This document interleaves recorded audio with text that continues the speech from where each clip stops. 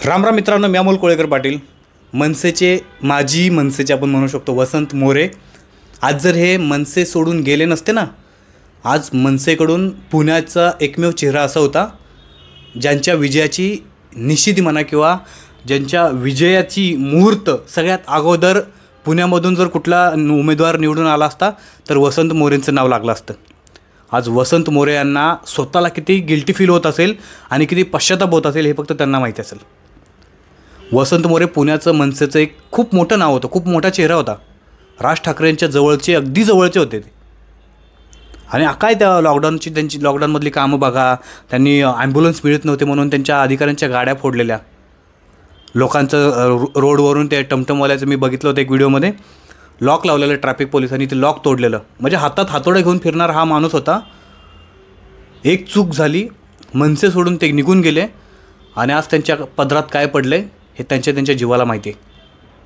सगळ्यात मोठी चूक जर कोणाकडनं झाली असेल तर ती वसंत मोरेंकडनं झाली, हा मनसे पक्ष सोडल्याची. या निवडणुकीच्या वेळेला थोडासा पेशन्स ठेवला असता, थोडीशी जर त्यांनी वाट बघितली असती तर भले लोकसभा नाही मिळाली पण विधानसभा 100% मिळाली असती.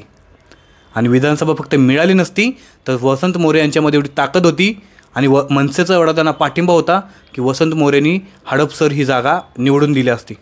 आता अंतर्गत त्यांच्यामध्ये काय वाद होता काय नाही आपल्याला त्याच्याबद्दल माहिती नाही आहे आणि आपल्याला बोलायचं आता ह्या वेळेला.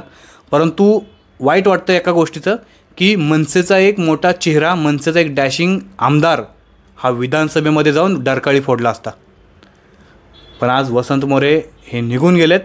जेवढं दुःख मनसेच्या लोकांना होत असेल त्याच्या 10 पट 100 पट दुःख हे वसंत मोरेंना होते. बरं, मनसे सोडून वसंत मोरे गेले, वसंत मोरेंच्या पदरात पडलं काय? ज्या लोकसभेच्या उमेदवारीसाठी, खासदारकीच्या निवडणुकीसाठी वसंत मोरे मनसे सोडून गेले, दारोदारी पक्षांच्या दारात भटकत राहिले आणि शेवटी वंचित बहुजन आघाडीच्या पक्षामध्ये गेले, वंचितकडून तिकीट घेतलं, लोकसभा लढवली आणि त्यांना मतं किती मिळाली? अगदी कमी मिळाली. ठीक आहे, त्याच्यानंतर ते वंचितमध्ये देखील राहिलेले नाही आहेत. वंचितमधून ते उद्धव बाळासाहेब ठाकरे या गटामध्ये गेले. मी म्हणतो जाऊ द्या, प्रत्येकाला कुठल्या पक्षामध्ये जाण्याचा अधिकार आहे, कुठल्या पक्षातून उभा राहण्याचा अधिकार आहे.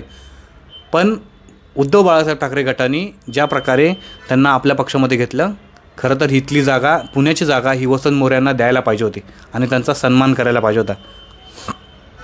परंतु असं काही घडलं नाही आहे.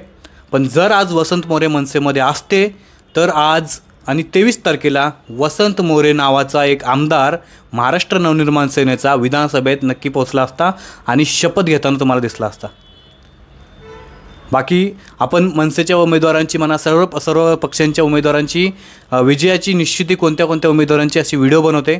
आपल्या चॅनलवर ते सगळे व्हिडिओ अवेलेबल आहेत, आपण जाऊन नक्की बघा. चॅनलला आपल्या सबस्क्राईब करा, व्हिडिओला लाईक करा आणि निकालापर्यंत म्हणा किंवा या सगळ्या गोष्टींच्या अपडेटसाठी आपल्या चॅनलसोबत जोडून राहा. जय शिवराय, जय मल्हार.